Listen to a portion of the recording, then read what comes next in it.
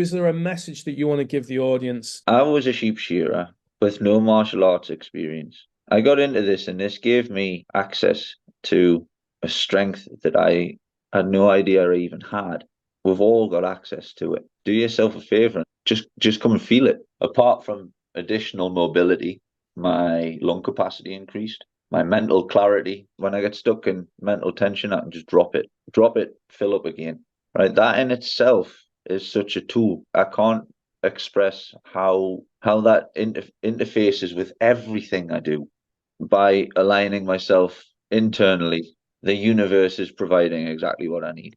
Everything is moving in a way that is I'm the center of the vortex. But one thing that happens over time is if you start paying more attention to the calm starts to pay more attention to you as well. And the reverse is true with the fiery, uptight stress response. You spend all your time reacting and super stressed and super strung out. Everything around you will appear stressed and strung out. We all have a lot more substance than we realize. Let it out.